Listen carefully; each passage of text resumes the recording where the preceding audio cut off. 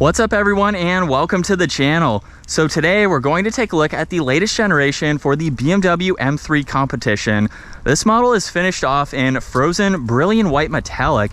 MSRP is just over $82,000, and we have a lot to go over for this family style but also highly performance oriented sedan. So let's start off with what powers the M3 Comp. Underneath the hood, this has the 3-liter inline 6-cylinder twin power turbo. It is paired to an 8-speed automatic transmission. The Comp pumps it up to 503 horsepower, 479 pound-feet of torque, sent through that xDrive all-wheel drive system. This is capable of 0 to 60 in 3.4 seconds, up to its top speed of 180 miles an hour. Now, as far as fuel economy goes, you're looking around 16 in the city, 22 out on the highway. Now, as we work our way to the exterior styling, the kidney grille, I think it has a great look to it, especially with all the contoured lines surrounding it and leading their way to the front section of that hood. This model also has the optional BMW 50 years badge.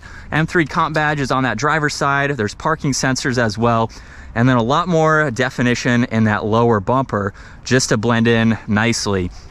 Now, this has LED headlights, DRL's turn signals. There's gloss black bumper end pieces along with inlets just above that, and I think it gives it a great look. We have the Stormtrooper look with all of the blacked out accents. Now, you can get carbon fiber in place of all of the gloss black, which is an option, of course. So that spans the lower side skirt there. We have the multi-spoke design for these gloss black wheels, M Sport brakes, 50 years center cap. These are also a staggered setup, so 19s up front, 20s in the rear. And this does have the BMW adaptive suspension. Now, the M3 Comp badge is just behind that, gloss black for the side mirrors with a turn signal. And the Competition also gets the carbon fiber roof. It makes it a little bit lighter, which is great. There's more gloss black surrounding all of the window trim too, and then it's even on the small trunk mounted spoiler. Now, this does have a backup camera, LED taillights, all the parking sensors, and then the quad tip dual exhaust surrounded with more gloss black. Now, we can take a listen to it because this does have remote start. Just triple tap on that lock button.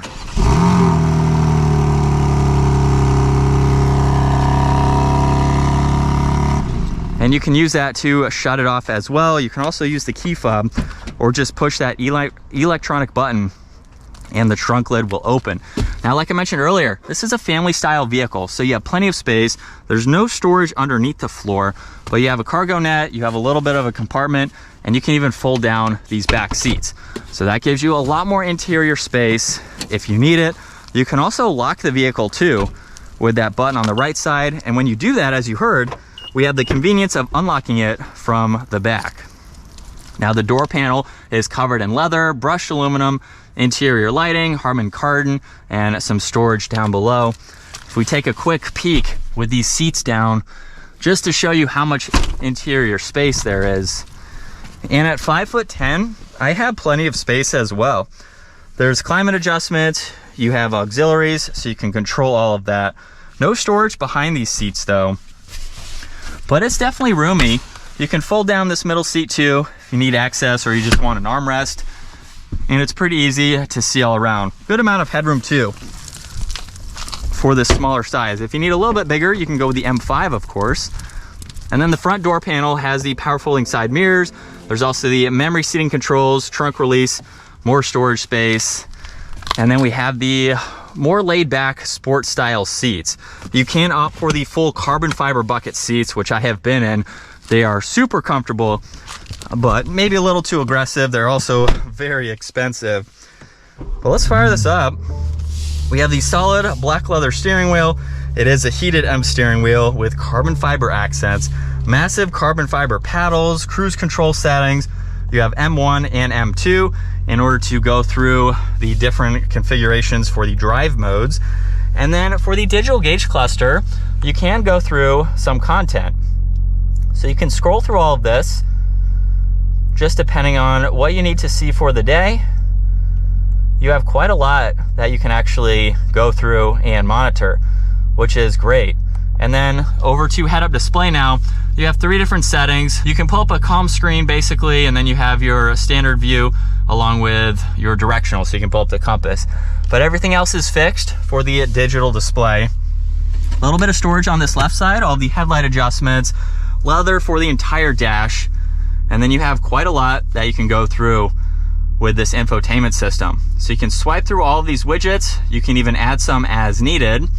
And on the left side with those 4 squares, check out all of these apps. There's Apple CarPlay, Android Auto, your driving settings, you can get into M1, M2, you have navigation, you have a lot that you can quickly go through. And then the rest of the shortcuts to get into your nav, music, and audio. Now if we go into M1 and M2, this is how you can configure them. So you have comfort all the way up to sport efficiency or sport plus that you can go into. So just depending on how you're driving for the day. And then in the lower section, this is all fixed. So you can quickly get to your temperatures as well as your climate menu to get into the heated seats and all of those adjustments. More carbon fiber underneath that with brushed aluminum surrounding the 2 air vents, power and volume for the radio as well as tuning. And then if we open up this carbon fiber lid, there's wireless charging, auxiliaries, and cup holders. Now these are all of the shortcuts that you can use to further go through this screen as needed. And then to put this into reverse, we will just push it to the left and up. We have a backup camera for this model, no 360. And then there's drive and sport mode. So you can shift using the shifter or the paddle shifters. Now on the back side, there's park as well as your transmission selection. So if you want it to shift smoother or quicker, you have the option to do that. Now there's traction control, the parking sensors, engine start stop, and then even M mode. So M mode allows you to put it in sport mode, which will change not only the gauge cluster, but also the tach. So now the RPM is straight across. There's setup, the exhaust note, auto hold, and the emergency parking brake. A little bit of storage, as well as in the glove box there. And then dome lights are up top. One thing interesting to note, we actually have an indentation going up. So I think if you were to track this or something and put a helmet on, that gives you a lot more space. Or of course you could be taller than me at 5'10", but if you want to put a helmet on, you have the room to do that in your M3. And in sport mode, second gear, here we go. So quick in those shifts. I do have it in the more quicker shifts. Let's also put it into sport mode now, so we can have that tach front and center. And now that we are driving the M3 Competition, you can see what it's like to be behind the wheel. Being a BMW, you are getting some very nice materials. It's well refined for just over $80,000 starting price. That will go up, of course, depending on the options that you go with. This is a phenomenal interior. I really do like all of the materials. We have leather everywhere. It is what you would expect from a premium luxury brand like BMW. And I think BMW is probably one of the best vehicles that has a lot of performance to them. And it's so fun. They are so capable. There are so many levels of just how this can be driven that I don't think many owners will get to experience. It's a car that you can just continue to learn. So the more you drive it, the more comfortable you can get, the more you can actually use all of the performance tech to its full capabilities.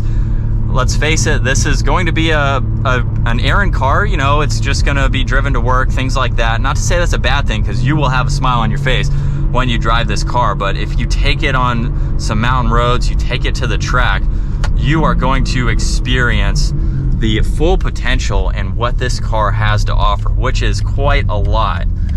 As far as turning radius goes, because this is going to be in parking lot situations, pretty tight there. It also has a good amount of clearance up front. And just like that, we are back up to speed. It's such a good car. I would highly recommend one if you are in the market for a performance-oriented vehicle, but you want a luxury-focused car too. And of course, something you can daily drive and just use it as a practical vehicle.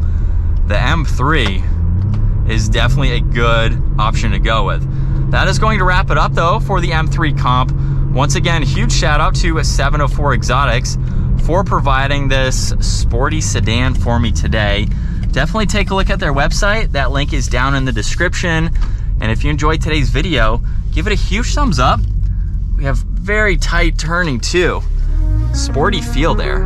But if you enjoyed today's video, give it a huge thumbs up. Consider smashing that subscribe button so you guys don't miss out on our daily uploads. I will see you all in the next video.